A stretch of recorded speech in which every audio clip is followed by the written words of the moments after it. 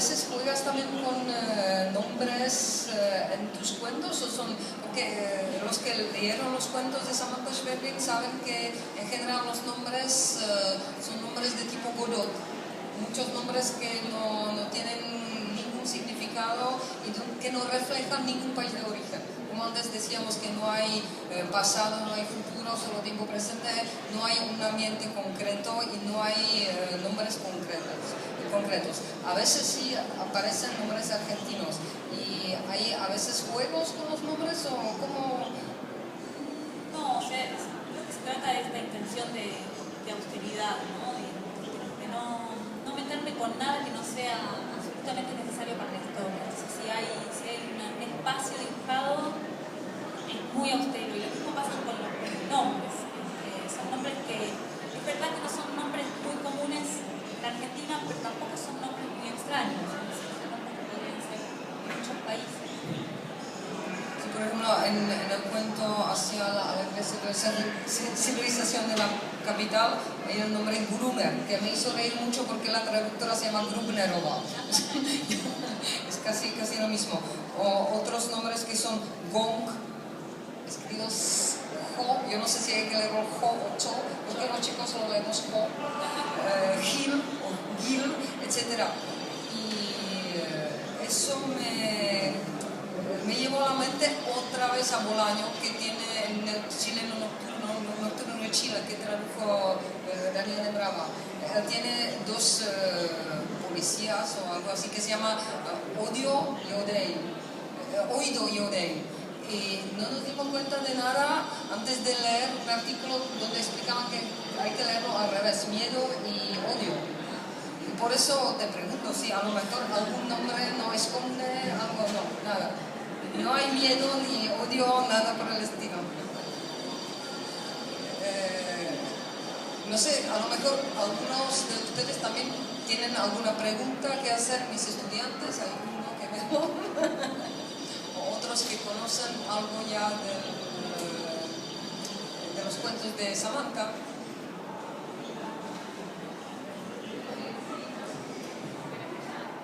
¿Sí? ¿Escuchas?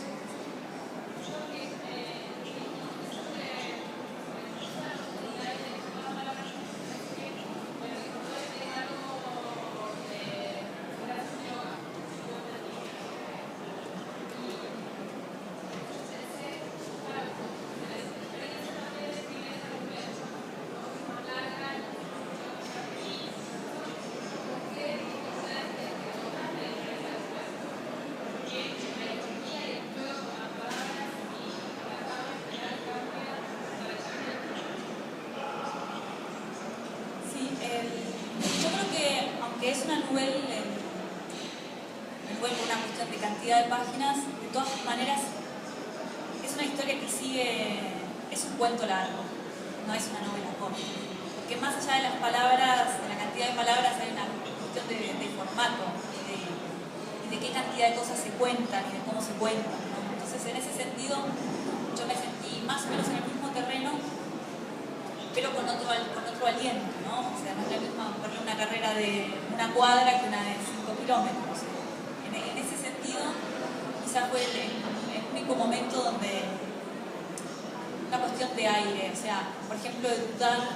Por ejemplo, una cosa sobre la que pensé mucho es este pacto, este famoso pacto de tensión, que para mí es tan importante, ¿qué tanto se puede sostener?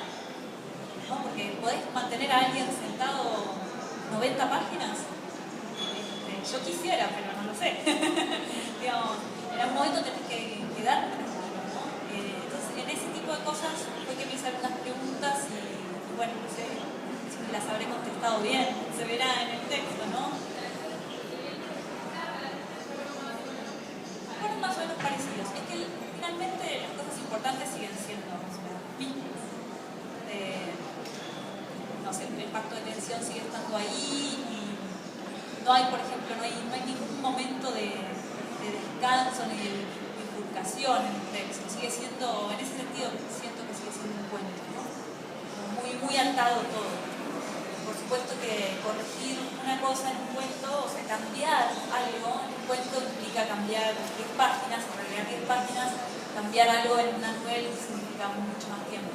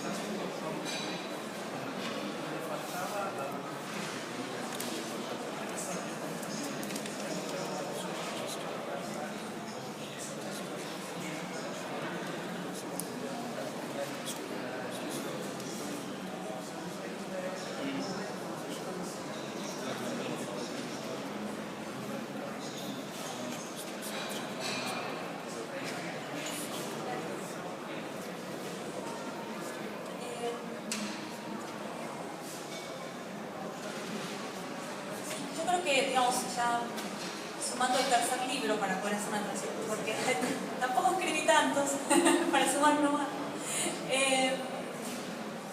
Creo que hay dos transformaciones importantes. Una tiene que ver con la intensidad del fantástico, justamente. Es un poco creo que el tema de hoy. Es decir, parece que en el primer libro el fantástico ocupaba un lugar muy brutal, ¿no? Muy brutal es la palabra, es decir, desmedido y hasta barroco en algún punto, incluso con las palabras. No tenía el control que por ahí tengo ahora. En Pájaros en la boca, lo fantástico está en un punto más intermedio. De hecho, muchos cuentos podrían no ser fantásticos, es decir, avanzan en una línea muy sutil en la que prácticamente es el lector el que decide de qué mundo está, de qué lado del mundo está, si el real o el fantástico. Y el tercer libro, si bien tiene una impronta y una atmósfera que sigue llamando al fantástico, es mucho más realista, muchísimo más realista. Y curiosamente, también hay algo geográfico que tiene que ver con esto. Y es que en el principio los cuentos pasaban en lugares muy extraños, de hecho por eso son nombres tan raros que yo pasaban en el campo, pasaban en lugares, no sé, de ninguna manera en Buenos Aires. Pájaros en la boca sucede muchísimo en la ruta, ¿no? Como si fuera acercando a la ciudad. O sea, la mitad del libro sucede en la ruta, en el campo, yendo hacia, y el nuevo libro es un libro de ciudad. Como si hubiera nacido el literario en esa zona oscura, barroca, llena de monstruos, y poco a poco se fuera civilizando.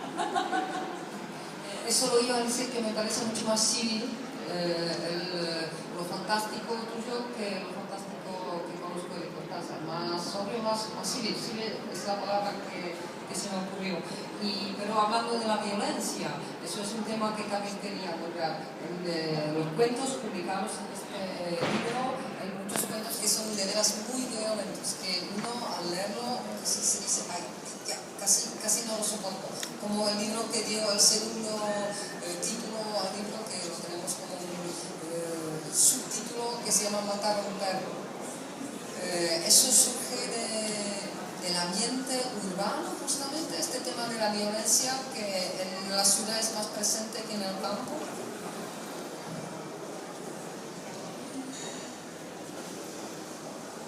No lo sé, pero además, o sea, mi idea del campo es algo bastante, bueno, obviamente está en la conciencia colectiva, ¿no? Pero no, sí, yo nací en una ciudad y nunca demasiado por el campo, la verdad no sé qué pasa con eso. hay algo también del... No, cuando uno toma una ruta, no sé, hay algo de ir hacia los lugares extraños, me parece que ayuda a que el fantástico funcione.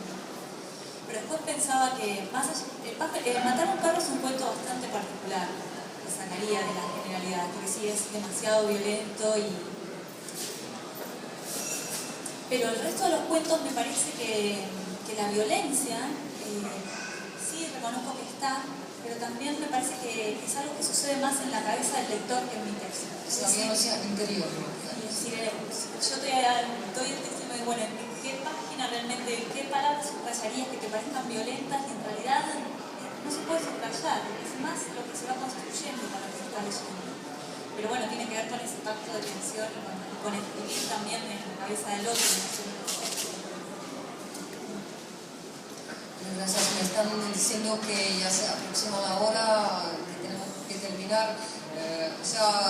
Para la última pregunta tenemos un poquito de tiempo. Si alguien quiere preguntar una cosa más, la última pregunta. Diego. ¿Tus cuentos tienen algún tipo de... Bueno, primero enhorabuena. ¿Tienen algún tipo de metáfora o son referidos a algún hecho que están siendo ahora bajo tierra, por ejemplo? O simplemente, entre comillas, construyes la tensión? Simplemente, entre comillas, construyo la tensión. Pero también es verdad que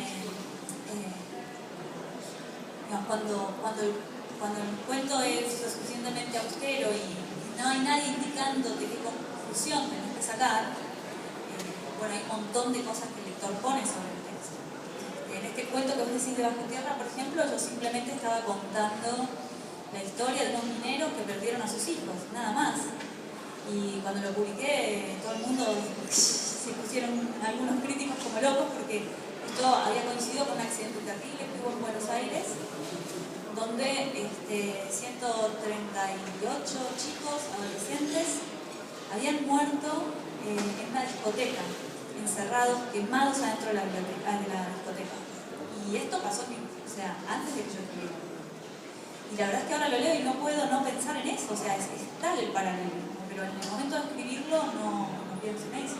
Y con Matar a un perro pasó muchísimo que se hizo una lectura política, muy política, respecto a, proceso militar argentino, y no estuvo para nada presente. Pero bueno, por ejemplo, hay un crítico argentino que decía, si uno agarra este cuento y lo pone en Rusia hace 50 años atrás, también uno va a hacer una lectura política muy precisa. Por dar un ejemplo arbitrario, también hay algo que tiene la literatura de espejo, que tiene otro camino distinto a la impresión del lector. Muchas gracias por tu presencia, muchas gracias por la charla, muchas gracias por todos que han venido acá, y creo que los que quieren pueden comprar el libro porque los dos editores están acá, Eric Lucas y Lefra, que nos lo he presentado, y a lo mejor tenemos tiempo para firmar los libros o seguimos, pero nadie nos echa, podemos quedarnos a firmar. Gracias.